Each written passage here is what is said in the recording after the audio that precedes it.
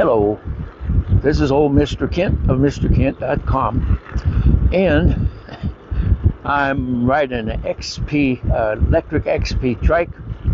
I'm 82 years old, and I've been telling my life story in video after video. And if you're interested in trying to get caught up, just click on my smiling face and go to the click on that, and it'll take you to my homepage for my YouTube channel. It's a neighbor of mine. Anyway, I'll take you to the homepage, and you can click on playlists, and in playlists you'll find life story, and so click on life story. Anyway, that way you can get caught up. If you're really bored, you can do that. So a lot of traffic this morning for a Saturday morning. All right, and I'm just staying in my neighborhood, so we get by where the dogs all bark. We'll cut that part out, and I'll keep going after that. So, we were to the point where I had just finished my first year of teaching at Pasco High School in Pasco, Washington. And so I finished my first year. I went to summer school in Bellingham, Washington at Western Washington University. And then, sure, a lot of traffic for a Saturday morning. Anyway, and then I went back to start my second year. Second year of teaching is always easier than the first year, because the first year you spend every night preparing for the next day, making up your lesson plans. But in the second year, you've got them all made, and it's all relaxing. You just go to school, go to work, and teach your stuff. So the second year was pretty nice until we got near the end. When we got to the end of the year, the vice principal said, "The electronics teacher is quitting, and we need you to teach electronics next year." This is one of those moments when I thought, I wonder if Boeing will take me back. And here's the reason. When I was a teenager, now I think I've told you that my dad worked for United Airlines in the radio shop, where he did maintenance on aircraft radios, and he loved electronics. And so he had a little shop in the basement where he would do electronics projects and stuff. And as a teenager, I walked in and asked him what he was doing, and he said, well, here's some of the words he used. He says, well, voltage and the current, the impedance and the resistance and the capacitance and the inductance, and he went through and he explained how it worked. And those terms meant nothing to me, and I said, and he said, you understand? And I said, yes. I lied, but I said yes. And so never lie to your dad. But anyway, so I walked away thinking I will never, ever, ever, ever want to have anything to do with electronics. It's too complicated. So now the vice principal says next year you're going to teach electronics, and I told him I didn't know anything about electronics. And he said, well, you're going to summer school? Yeah. Well, take electronics 101 while you're at summer school. So I said, oh, well, okay, So I got all ready, went up to summer school, met with the department head, who was a good instructor, man, he was good. And I said, I need to sign up for electronics 101. And he kind of laughed. He said, this is summer school. We only teach advanced courses in summer school for the teachers that are coming back to learn more.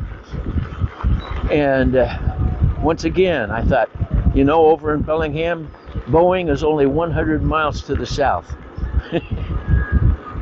I could go to Boeing and apply for a job again that particular day.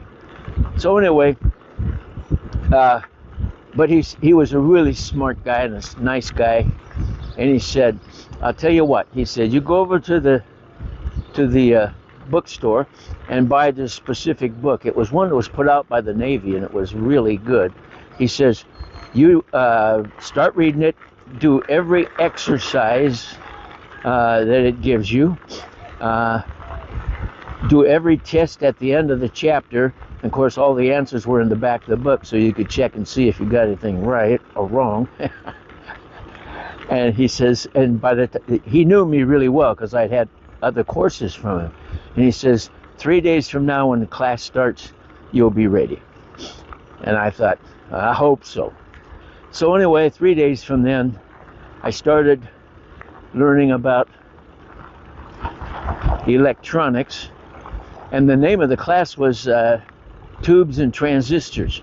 Now, when my dad was, when I was in high school, my dad was working on stuff, everything was tubes. They had transistors, but it was just a new development, and so it hadn't been around for very long. So anyway, so this was a course on how tubes work and how transistors work. And so I said, okay, so I signed up, I read the book, did the test, and on the third day I was ready to go. It wasn't a mystery anymore. That book did such a good job. It did such a good job of teaching that I knew basics really well. So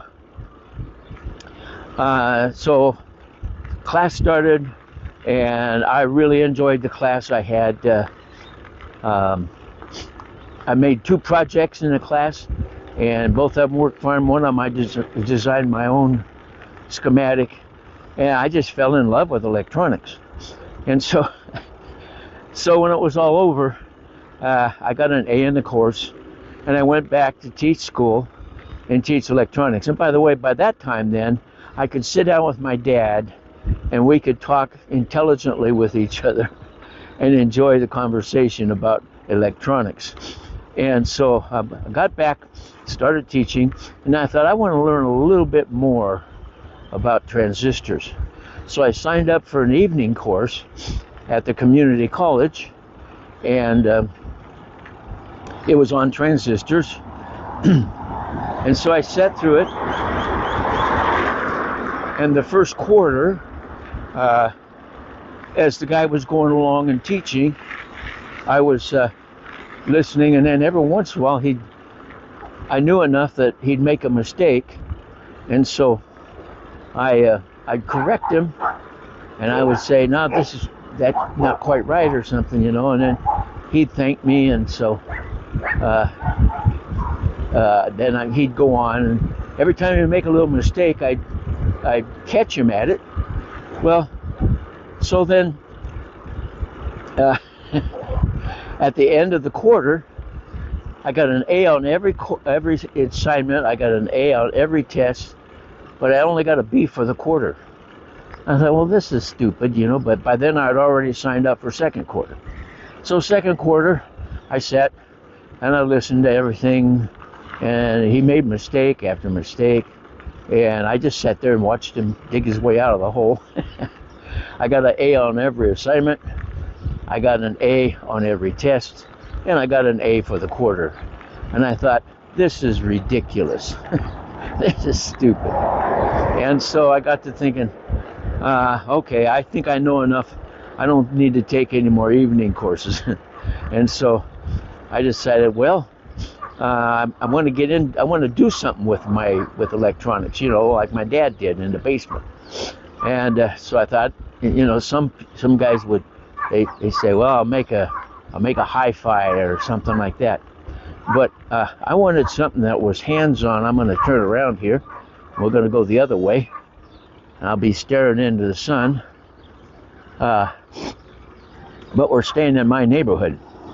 So anyway, so I decided, well, let's see. My dad had been a ham radio operator years ago, and then he gave up his license for one reason or another.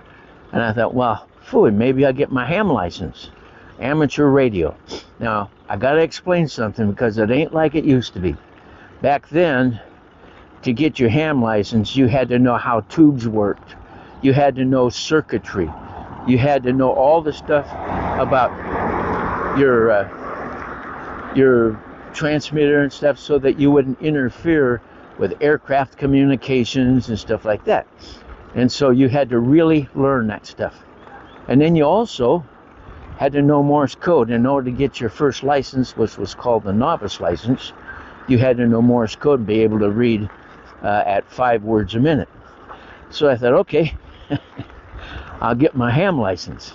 So I think I ordered some books. I can't remember how. Anyway, I got some books to help you study and understand all the things you needed to know. Today, if you want to get your ham license, you get the book, and then it gives you all the answers to all the multiple choice questions, and you just have to memorize everything so you can answer the questions. It's not anything like it was. You don't really have to know electronics anymore. But back then you did. And so, and it was fun studying. I studied and studied, and I got to where I could actually, I knew I could pass the test. But you also had to learn Morse code. Now, later on in life, I learned that if you went to a amateur radio club, they would help you learn the Morse code really fast. But I didn't know about amateur radio clubs, and so I had a shortwave receiver, and I'd learned the code. I learned, da is A, and da dit is B, and all the way through. And I learned all that, and so then I would sit and I would listen to somebody sending Morse code, and every once in a while I'd get an E, which is a dit, and I'd get an L, like a dit, da, dit, and so, I learned the Morse code the hard way just by listening. So finally I got to where I thought I could actually read Morse code at 5 words a minute. And so the way they did it back then is you'd find a local amateur radio operator who would work as an FCC. Good morning. FCC representative, and he would give you your test. And so I found the guy. I went and he gave me my code test, which was 5 words a minute, and sure enough, I passed that test. And then he gave me the written test, and there's dog again. Yep. I should stop and make friends with him, but I'm not gonna. Anyway, so he gave me the written test, and then when it was all done, he said, "You only missed one thing on there," and it was a stupid reason. I should have gotten it right. So anyway, I knew my material, and he sent this stuff into the FCC, and eventually I got my license, and it was WN7LRD. Now, the N was for novice, and with novice you had to have a crystal control transmitter. You couldn't turn the knob and stuff. And so I put a picture up. This is the station that I built. On the left, that's the shortwave receiver, and then next to it was a antenna tuner. That's how you match the system to the antenna. And then next to that was an SWR meter, which you don't need to know, but it showed you if everything was going out the end of the antenna or some of it was being lost along the way. So, and then next to that was the transmitter. And by the way, those transmitters were the ones they used in a B-17 in the radio area of the B-17, and that was a 40-meter transmitter. And then next to that's a big tall thing I had an empty box, metal box, to put my meters in so I could check, set up tune up the transmitter to the antenna. So anyway, I eventually got on the air, was able to talk to guys, and then a month or two later was able to get my amateur, just regular general license, and my license was changed to WA7LRD, and I was WA7LRD for years and years and years. Anyway, I still am, as a matter of fact. Anyway, so that's the summer. That was the summer that changed my life. And after that, I was always involved in electricity, electronics. Everything I did had to do with electronics, instead of just teaching school. And we'll get back to that later. But anyway, I think that's long enough for now. And I want to thank you for watching my videos, and God bless.